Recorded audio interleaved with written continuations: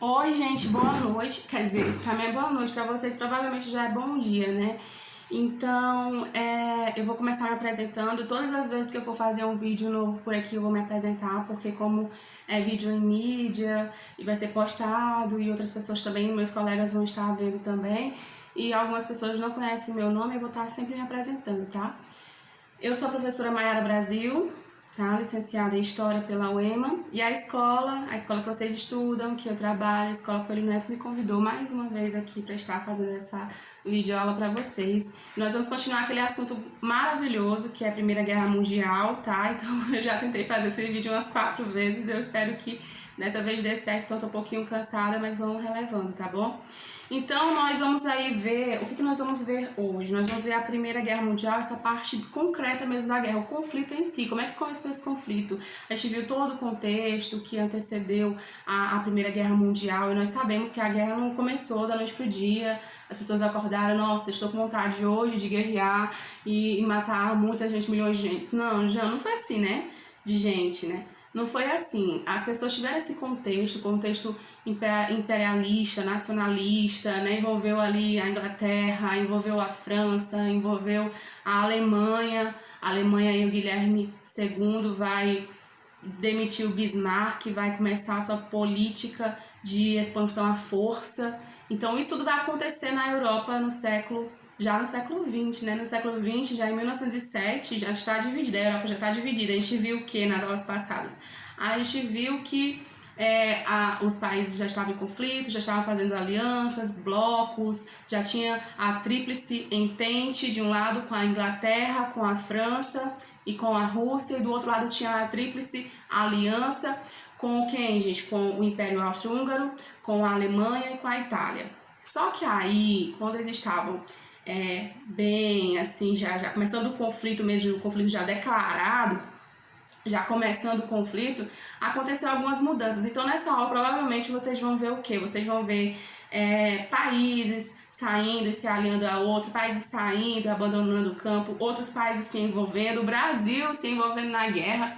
E provavelmente nós vamos ter mais uma aula, provavelmente nós vamos ter mais uma aula de Primeira Guerra Mundial para a gente falar desses aspectos sociais e as consequências do pós-guerra. Então hoje nós vamos ver o conflito em si. Então o conflito em si nós dividimos em 3 fases. A primeira fase ficou conhecida como a de novembro de 1914, porque de agosto a novembro de 1914, a primeira fase aí ficou conhecida por uma grande movimentação dos blocos, das tríplices, e também a segunda fase vai ficar conhecida como a Guerra das Trincheiras, e a terceira como a ofensiva na frente ocidental em 1918. Então a primeira fase ela vai ser marcada justamente por causa de quê? Dos intensos movimentos das tropas. As tropas já estavam com muitas armas armazenadas, a gente falou da paz armada no vídeo passado, então já tinha muitos mísseis, muitas armas desenvolvidas, é aqui que começam a ser feitas armas cada vez mais potentes, cada vez mais velozes que antes, vocês lembram quando eu falei lá do século XVII, do século XVI, quando tinha aquelas armas que os mosquetes, né, que tinha que pegar tipo aqueles cotonetes gigantes e ficar enfiando para a pólvora ficar compactada e atirar, demorava minutos para sair um tiro. Então, gente, aqui já não é assim, aqui é muito rápido, inclusive eles vão matar as pessoas como se fosse o GTA, né, como se fosse um joguinho, que você só mira o objeto e aí você mata um monte de uma vez. Eles vão tratar assim, né, a Primeira Guerra Mundial eles vão matar em massa. Uma pessoa vai matar milhares de pessoas a distâncias que antes era imaginável, que a antiguidade não conseguia pensar, sonhar um dia, né, eles conseguiam. Claro que as flechas elas faziam grandes efeitos na antiguidade, mas não igual a metralhadora que vai surgir na Primeira Guerra Mundial. Então, a primeira fase vai ser marcada por um movimento intenso das tropas, as tropas se organizando, as tropas realmente se colocando em conflito, as pessoas se movimentando para poder guerrear. Outra coisa que aconteceu na primeira fase é que tem um mapa que eu vou mandar no slide para vocês, que era a Alemanha atacando a Bélgica. A Alemanha ela conquista a Bélgica para poder fazer ali uma barreira no território francês, para poder controlar os franceses, poder ganhar dos franceses, de forma cansativa, desgastando os franceses. E a segunda fase já entra aí um pouquinho nessa parte de desgaste, que eles tentaram tanto a ofensiva na ocidental. Lembra que a ofensiva ocidental, veja o vídeo. Gente, se você não viu o outro vídeo, você não vai entender esse aqui, que esse aqui é só falando do que a gente já sabe. Tem alguns nomes aqui que a gente já conceituou lá no primeiro vídeo, não vai dar tempo de conceituar nesse aqui. Então, o que aconteceu? A frente ocidental já estava posta, tem lá no mapa onde é que ficava a frente ocidental, então já estavam os alemães posicionados para defender o território alemão e também atacar a frente ocidental, só que a frente ocidental não era tão fácil como eles pensavam, né? Então eles acabaram perdendo o conflito, eles acabaram aí, não perdendo o conflito, mas estava tão difícil que eles deram uma parada e começaram só a ficar na defensiva, e aí eles concentraram as forças dele na frente oriental. Então, a segunda fase, nós chamamos de Guerra das Trincheiras. Por quê? Olha o material de vocês, bem aí no slide, vocês vão ver o que? Trincheiras. As trincheiras é aqueles buracos que faziam enormes, aquelas tiras, buracos enormes, de longas distâncias, de quilômetros e quilômetros, que aí ficavam os soldados dentro, e aí esses soldados se protegiam de tiros que podiam vir do adversário. Lá eles comiam, passavam o dia esperando, né? Esperando o quê? Esperando que o inimigo se rendesse ou tentasse atacar, porque quando o inimigo viesse, eles tinham a vista, eles tinham a paisagem própria, como se fosse um GTA, como eu tô falando pra vocês, né? Como se fosse um GTA, que eles olhavam pro adversário, eles podiam mirar nos adversários, eles podiam matar, sem nem olhar no rosto deles, sem nem olhar, nem saber quem são, não olhava no rosto deles antes de morrer. Pra gente isso é normal, né? Mas pra antiguidade, inclusive, se você assistir alguns filmes, Troia, eu indico Troia, você vai ver que os guerreiros, eles tinham a questão da honra, né? De olhar para quem você estava enfrentando, de ver o seu inimigo nos olhos antes de morrer. Você era a última pessoa que aquele inimigo ia ver, porque ele estava olhando nos seus olhos. Tinha toda a questão de honra, de você olhar até mesmo nos campos abertos, quando eles estavam enfrentando várias pessoas diferentes. Eles estavam ali, mas eles estavam perto do contato com o cara e tudo mais. Só que aqui não, aqui vai ser uma coisa que você vai levar o tiro e você não vai saber nem de onde veio, porque as trincheiras elas faziam, era estratégico mesmo, se escondiam para poder atirar nas pessoas que vinham, e aí eles esperavam longos dias sem sair, sem voltar, né, sem cansar, sempre na posição. As trincheiras davam as vantagens para que eles ficassem sempre em posição, então eles sempre estavam preparados para qualquer ataque dos franceses. Então isso fez com que os franceses sempre estivessem na mira e fosse um pouquinho mais difícil para contra-atacar. Não é impossível contra-atacar com as trincheiras, que as trincheiras elas não defendem 100%, mas com certeza fizeram uma diferença na Primeira Guerra Mundial, para tanto os alemães como os franceses e outros que vão começar a usar também.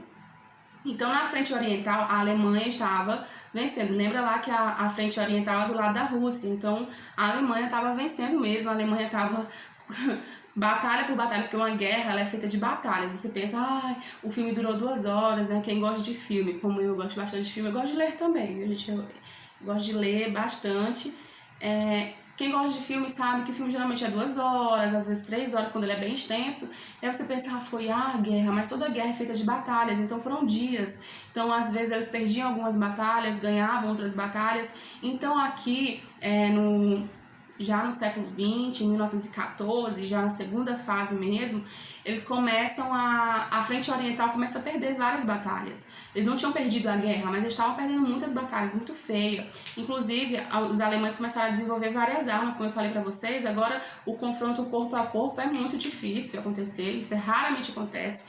Eles preferiam usar grandes armamentos, por exemplo, a metralhadora começa a surgir nessa época. Vocês sabem que a metralhadora você só coloca o cartuchinho, né? Que tem até uns filmes do Rambo. Deixa eu gosto de filme, tô citando muito filme, mas tem livros também. Aí você tava lá o filme do Rambo, o Rambo com armas enormes, e aí tinha tipo uma tirinha, parece uma tira de balinha, né? Que você tira assim, aí tem uma tirinha de balinha, só que era tudo munição, né? Na comparação infeliz, né? Aí tinha um monte de munição, e aí você encaixava aquilo ali na metralhadora, e a metralhadora ia só, né? muitas pessoas ao mesmo tempo eram mortas e não sabiam nem quem é que estava atirando. As metralhadoras deram uma vantagem muito grande para a Alemanha e outros países também que vão começar a reproduzir a metralhadora. Gases venenosos também, que vão dar muita vantagem para a frente oriental em relação à Alemanha, que a Alemanha estava ganhando, né? Então, gases venenosos, você jogava o gás e a pessoa podia estar escondida onde for. Ela começava a receber aquele veneno e acabava caindo em campo de combate e às vezes precisava nem apontar uma arma para vencer o seu inimigo. E os submarinos, porque aí vem a grande novidade da época, submarinos. Os alemães começam a desenvolver submarinos e os alemães, eles vão fazer isso como uma estratégia mesmo, uma surpresa, porque é algo novo. Todo mundo esperava que o inimigo viesse com as embarcações e dava para ver em cima do mar, e aí não, eles vinham por baixo. Isso era fantástico, né? Se não fosse cruel e sanguinário, né? Se fosse tão triste, né? Se não envolvesse tantas mortes, a gente poderia até dizer que é incrível. E realmente os submarinos são incríveis, gente. Agora o uso foi realmente infeliz, né? Foi um uso bem sanguinário, bem cruel. E matou milhares de pessoas. Milhares de pessoas, mas assim, depois os ingleses, os outros também vão desenvolver submarinos e vão fazer a mesma coisa. Então aqui não é uma luta de quem é certo e de quem é errado, porque tá todo mundo aqui errado. Quer dizer, essa é a minha opinião como professora, né?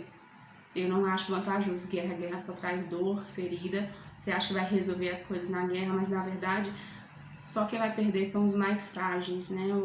Os soldados vão primeiro, as mulheres vão primeiro, as crianças vão primeiro, depois as pessoas que organizaram a guerra. Então, realmente, guerra nunca é favorável para as pessoas mais simples, as pessoas mais pobres, porque essas pessoas é que vão ficar na frente dessas guerras, na frente da linha de combate. Tanto é que em Engenheiros do Havaí tem uma música que fala mais ou menos isso, né? Só que é em relação aos norte-americanos, que os norte-americanos mais na frente vão se envolver na guerra. Eles falam assim: era um garoto que, como eu, amava os Beatles e os Rolling Stones. Girava o mundo sempre a cantar as coisas lindas da América. Aí vou pular, né? Não era belo, mas mesmo assim havia 1000 garotas afim. Cantava viva a liberdade, mas uma carta sem esperar. Da sua... Não. Ai, gente, eu esqueci. Depois eu falo pra vocês como era. Mas procurem. Que fala... Essa música, eu sei que no final ela fala assim... Que o cara foi deixar... Ele foi pra guerra em nome de um país, em nome da pátria. E aí, como lá não tinha metralhadoras... Aí tinha lança-chamas, tinha gases venenosos, aí tinha aquele negócio que você joga, né, granada. Tinha granadas, as granadas começam a surgir, aí as granadas também foram muito usadas para armadilha, para as pessoas mesmo pisavam, e aí explodia, aí a parte das pessoas para tudo quanto era lado. Então, gente, a pessoa ia para as guerras porque passava... lembra que eu falei da Inglaterra, do poder ideológico, das mídias, dos jornais? Pois é. Aí as pessoas ouviam nos jornais, estamparam em todos os lugares que a pessoa tinha que defender a pátria, que a pessoa tinha que defender o país.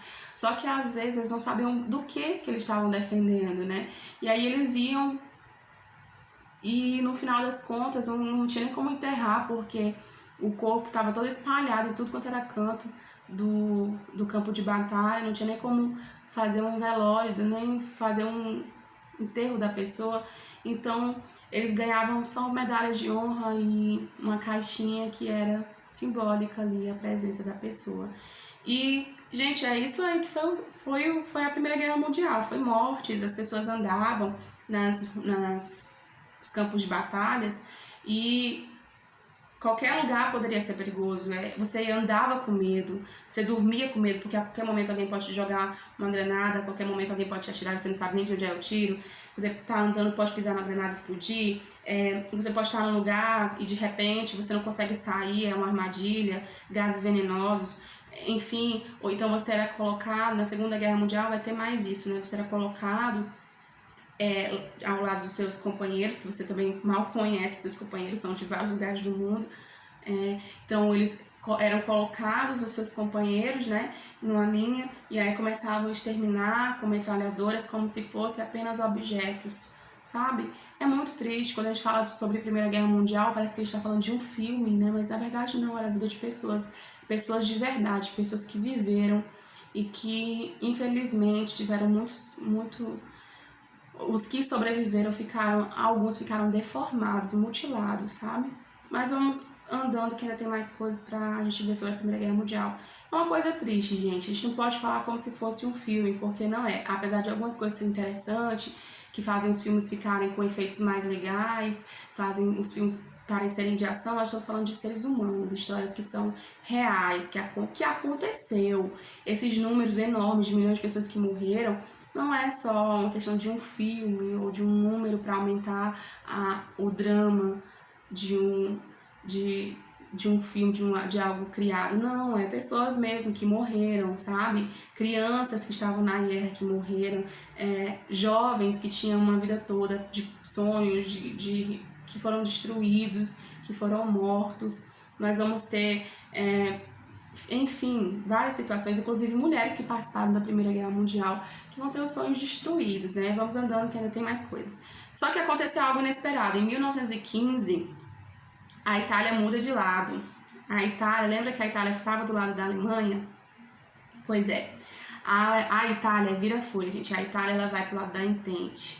Ela acha, enfim, ela vai ter todo um contexto, né, de que acreditava-se que ia ganhar mais coisas do lado da Entente. Então ela vai pro lado da Entente. E aí a Alemanha, ela não vai ficar sozinha. Entra aí a Bulgária e o Império Turco Otomano para somar com a Alemanha. Só que quando a Itália entra na Entente, ela não entra só. Ela entra junto com a Romênia e a Grécia, tá? Então veja aí, nós estamos aí mexendo com os países. Não é à toa que depois que a Primeira Guerra Mundial é reorganizado o mapa da Europa, viu? Então é meio complicado a gente estudar a história da Europa, porque se você pegar antes da guerra, da Primeira Guerra, você vai ver a formação diferente, países, impérios ali bem construídos, bem arquitetados. Depois da guerra muda um pouquinho, aí vem a Segunda Guerra Mundial, muda novamente, aí tem todo um contexto de guerra, todo um contexto de luta, e aí todo um contexto cultural. Até um dia desse 2004 ainda estava mudando algumas nações estavam se declarando independentes. Então a história da Europa, o território da Europa, as fronteiras da Europa é uma constante mudança. Isso aí a Rosinha vai explicar melhor para vocês, a professora de geografia. Então aqui vocês vão ver que o que aconteceu? Nós tínhamos lá no início, na primeira aula, nós tínhamos a Entente com a França, com a Inglaterra e com... quem era mais? A França, a Inglaterra e a Rússia, né? Beleza. Aí na aliança nós tínhamos o Império Austro-Húngaro, aí nós tínhamos a Itália e nós tínhamos a Alemanha. Vocês estão vendo o quê? Que a Itália sai. Itália vai para a Entente. Opa, que aumentou. Entente 4. Aqui nós temos 2. Quem vai se juntar? A Bulgária e o Império Turco Otomano. Beleza. E aqui vai entrar a Romênia e a Grécia. Então tem 6 desse lado, 4 desse. Interessante, né, gente? O que vai... Eu contei certo porque eu sou de humanas e vocês sabem que eu não sou muito boa de matemática. Vamos contar. Eita, vai estar ficando cansativo, né? Não, vamos pular aí, vocês contem aí, depois vocês me digam. Então nós temos aí esses grupos já divididos, só que acontece o problema. A Rússia estava perdendo muitas batalhas. Então a Rússia ela começou a pensar se valia a pena continuar com essa guerra, porque estava tendo muitas mortes e a Rússia estava com um problema interno. A Rússia tinha que resolver alguns problemas dentro do seu próprio território, que nós vamos ver na Revolução Russa, né? E aí eles estavam tentando resolver os problemas dele, tentando se metendo também na guerra e entrando na guerra, e aí não estava conseguindo, estava perdendo muitas batalhas, e o saldo de mortes que já existia na Rússia não estava compensando, e realmente nunca compensou, gente. Não compensa você matar ninguém em nome de alguma guerra, não compensa. Mas aí eles já estavam vendo que não estava compensando, eram milhares de pessoas na Rússia que estavam morrendo, então eles decidiram se retirar da guerra, saíram da guerra. E aí a aliança ganha mais 2 amiguinhos, que são quem? Os Estados Unidos e o Brasil entra na guerra. Por quê, gente? Porque Os alemães, eles vão adotar uma medida, de que qualquer navio, qualquer embarcação que esteja nas águas inimigas, eles vão atirar e vão botar para afundar, matar mesmo quem estivesse na frente, seja os que eles estão guerreando, os inimigos, os adversários, ou seja, os aliados de seus adversários, amiguinhos dos seus adversários. Então eles afundam mesmo os navios. Quando eles afundam os navios, o Lusitânia dos Estados Unidos e o Paraná do Brasil, eles vão fazer com que esses dois países, nós também vamos entrar com tudo na guerra. Alguns disseram que o Brasil ficou na costa africana, vigiando os barquinhos, né? Outros já, mas a gente contribuiu com soldados também na Primeira Guerra Mundial. Então, a gente entrou decisivamente. Acontece que o Brasil, em questão de armas, comparando com os Estados Unidos era o maior vendedor de armas no momento, né? Ele e depois a Rússia ainda estava nesse momento meio ruralista, né? Então, os Estados Unidos era o maior vendedor de armas, né, nesse momento aqui. Então, gente, é claro que comparado aos Estados Unidos, o Brasil, as armas do Brasil é uma brincadeira, né? Então é claro que as pessoas fazem essa ironia aí com o Brasil, que ele entrou para ficar vigiando os barcos nas costas africanas, mas na verdade o Brasil ele mandou sim soldados, iam soldados, voltavam soldados para o Brasil. Não é à toa que a gripe espanhola vai chegar no Brasil porque os soldados brasileiros estavam indo e voltando da Europa. Enfim, terminamos a longa segunda fase da Primeira Guerra Mundial. A terceira foi a ofensiva ocidental. E vocês viram que a frente oriental foi... Bom, os russos fizeram um tratado de paz, eles saíram, a Entente continuou lá, em pé. E aí, eles agora vão se concentrar na frente ocidental. Tinha a França, tinha a Inglaterra, tinha os Estados Unidos, tinha o Brasil, tinha a Grécia, tinha a Romênia. Então, nós temos que combater esse povo aí. Aí eles vão se concentrar na parte ocidental. E quando eles se concentram na parte ocidental, com a artilharia pesada, a França consegue resistir junto com toda a Entente. Eles conseguem aí reagir, entram no território alemão e aí o Guilherme II é obrigado a renunciar ao governo dele. Gente, ele é obrigado a renunciar. Foi nesse momento aí de confusão que quando ele sai, ele era imperador da Alemanha, quando ele sai como imperador, o governo proclama a república na Alemanha. Foi nesse meio aí, nesse contexto social, nesse contexto de guerra, que a Alemanha vai se declarar como república.